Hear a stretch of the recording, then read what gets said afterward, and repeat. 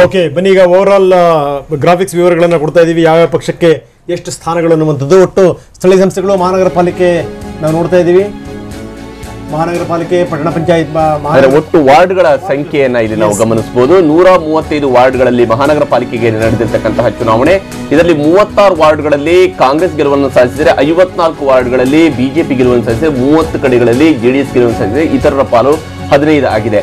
ಪಟ್ಟಣ ಪಂಚಾಯತಿ ವಿವರಗಳಿಗೆ ಬಂದಾಗ 358 ವಾರ್ಡ್ಗಳು, 358 ವಾರ್ಡ್ಗಳಲ್ಲಿ 141 ಕಡೆಗಳಲ್ಲಿ ಕಾಂಗ್ರೆಸ್ ಗೆಲುವನ್ನು ಸಾಧಿಸಿದರೆ, 129 ಕಡೆಗಳಲ್ಲಿ ಬಿಜೆಪಿ ಗೆಲುವನ್ನು ಸಾಧಿಸಿದೆ, 29 ಕಡೆಗಳಲ್ಲಿ ಜೆಡಿಎಸ್ ಗೆಲುವನ್ನು ಸಾಧಿಸಿದೆ, 59 ಇತರರ ಪಾಲಾಗಿದೆ. ನಗರಸಭೆಯ 926 ವಾರ್ಡ್ಗಳ ಪೈಕಿ 294ರಲ್ಲಿ ಕಾಂಗ್ರೆಸ್ ಗೆದ್ರೆ, 355 ಕಡೆಗಳಲ್ಲಿ ಬಿಜೆಪಿ ಗೆಲುವನ್ನು ಸಾಧಿಸಿದೆ, 107 ಕಡೆಗಳಲ್ಲಿ ಜೆಡಿಎಸ್ ಗೆಲುವನ್ನು ಸಾಧಿಸಿದರೆ, 170 ಸ್ಥಾನಗಳು ಇತರರ ಪಾಲಾಗಿವೆ. ಪುರಸಭೆಯ 1242 ಕ್ಷೇತ್ರಗಳ ಪೈಕಿ 47 ಕ್ಷೇತ್ರಗಳ ಪೈಕಿ 532 ವಾರ್ಡ್ಗಳು ಕಾಂಗ್ರೆಸ್ನ ಪಾಲಾಗಿವೆ. ಆದರೆ ಪುರಸಭೆಯಲ್ಲಿ ಬಹಳ ದೊಡ್ಡ ಮೇಲುಗೈಯನ್ನ ಕಾಂಗ್ರೆಸ್ ಗಳಿಸಿದೆ.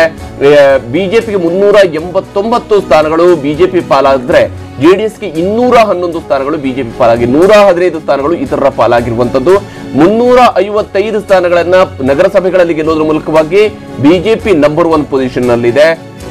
ಹಾಗೆಯೇ ಪಟ್ಟಣ ಪಂಚಾಯತಿಗಳ ಮತ್ತು ಪುರಸಭೆಗಳಲ್ಲಿ ಕಾಂಗ್ರೆಸ್ ತನ್ನ ಮೇಲುಗೈಯನ್ನು ಸಾಧಿಸಿದೆ. ಪಾಲಿಕೆ ಮತ್ತು ನಗರಸಭೆಗಳಲ್ಲಿ ಬಿಜೆಪಿ ತನ್ನ ಮೇಲುಗೈಯನ್ನು ಸಾಧಿಸಿರುವಂತದ್ದು ಸ್ಪಷ್ಟವಾಗಿ ಕಾಣ್ತಾ ಇದೆ.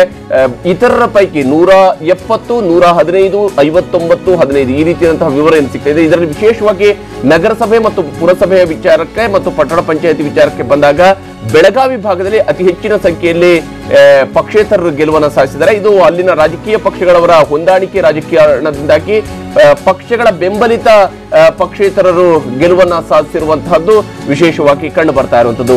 ಓವರ್ ಆಲ್ ಫಲಿತಾಂಶವನ್ನು ನಾವು ಗಮನಿಸಿದಾಗ ಇಲ್ಲಿ ಕಾಂಗ್ರೆಸ್ ಸ್ಥಾನಗಳ ಪೈಕಿ ಕಾಂಗ್ರೆಸ್ ಮತ್ತು ಬಿಜೆಪಿ ನಡುವೆ ಅತ್ಯಂತ ಜಿದ್ದಾಜಿದ್ದಿನ ಪೈಪೋಟಿ ನಡೆದಿರುವಂತದ್ದು ಕೂಡ ಸ್ಪಷ್ಟವಾಗಿ ಗೋಚರ ಆಗ್ತಾ ಇದೆ. ಜೆಡಿಎಸ್ ತನ್ನ ಪ್ರಾಬಲ್ಯವನ್ನು ಹೊಂದಿರತಕ್ಕಂತಹ ಪ್ರದೇಶಗಳಲ್ಲಿ ಅಂದ್ರೆ ಮಂಡ್ಯ, ಹಾಸನ, ತುಮಕೂರು ಈ ಭಾಗಗಳಲ್ಲಿ, ಈ 3 ಜಿಲ್ಲೆಗಳು ಮತ್ತು ಮೈಸೂರು ಜಿಲ್ಲೆಯಲ್ಲಿ ತನ್ನ ಪ್ರಾಬಲ್ಯವನ್ನು ಉಳಿಸಿಕೊಳ್ಳುವಲ್ಲಿ ಯಶಸ್ವಿಯಾಗಿದೆ. ಕರಾವಳಿ ಭಾಗದಲ್ಲಿ ಕಾಂಗ್ರೆಸ್ ಮತ್ತು ಬಿಜೆಪಿ ನಡುವೆ ನೇರ ಹಣಾಹಣಿ ನಡೆದಿದೆ. ಬಿಜೆಪಿ ಹೆಚ್ಚಿನ ಕಡೆಗಳಲ್ಲಿ ಅಲ್ಲಿ ಗೆಲುವನ್ನು ಸಾಧಿಸೋದಕ್ಕೆ ಸಾಧ್ಯ ಆಗಿದೆ. ಹೈದರಾಬಾದ್ ಕರ್ನಾಟಕ ಭಾಗದಲ್ಲಿ ಕಾಂಗ್ರೆಸ್ ಮತ್ತು ಬಿಜೆಪಿ ನಡುವೆ ನೇರ ಹಣಾಹಣಿ ನಡೆದಿದೆ.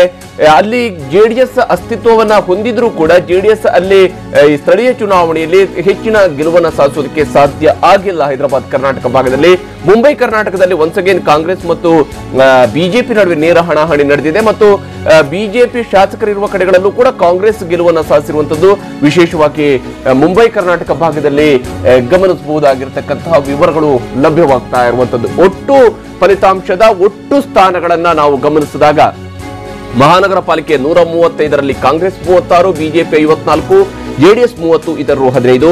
ಪಟ್ಟಣ ಪಂಚಾಯಿತಿಯ 358 ಪೈಕಿ 141ರಲ್ಲಿ ಕಾಂಗ್ರೆಸ್, 129ರಲ್ಲಿ ಬಿಜೆಪಿ, 29ರಲ್ಲಿ ಜೆಡಿಎಸ್, 59ರಲ್ಲಿ ಇತರರು.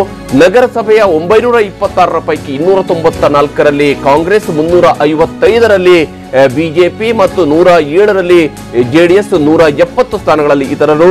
ಪುರಸಭೆಯ 1247ರಲ್ಲಿ 532ರಲ್ಲಿ ಕಾಂಗ್ರೆಸ್, 389ರಲ್ಲಿ ಬಿಜೆಪಿ, 211 ಕಡೆಗಳಲ್ಲಿ ಜೆಡಿಎಸ್ ಮತ್ತು ಇತರರು 115 ಕಡೆಗಳಲ್ಲಿ ಗೆಲುವನ್ನು ಸಾಧಿಸುವುದರ ಮೂಲಕವಾಗಿ ಇಲ್ಲಿ ಇದು ಪಕ್ಷವಾರು ಗೆದ್ದಿರುವಂತಹ ಸೀಟ್ಗಳ ವಿವರ. ಪ್ರತಿಯೊಂದು ನಗರ ಸ್ಥಳೀಯ ಸಂಸ್ಥೆ, ಪಾಲಿಕೆ, ಪಟ್ಟಣ ಪಂಚಾಯಿತಿ, ನಗರಸಭೆ ಮತ್ತು ಪುರಸಭೆಗೆ ಸಂಬಂಧಪಟ್ಟಂತಹ ಕಂಪ್ಲೀಟ್ ಆದಂತಹ ಡೀಟೇಲ್ಸ್ ನಿಮ್ಗೆ ಇಲ್ಲಿ ಸ್ಕ್ರೀನ್ ನ ಮೇಲೆ ಕಂಡು ಬರ್ತಾ ಇರುವಂತಹ ವಿವರಗಳಿವು.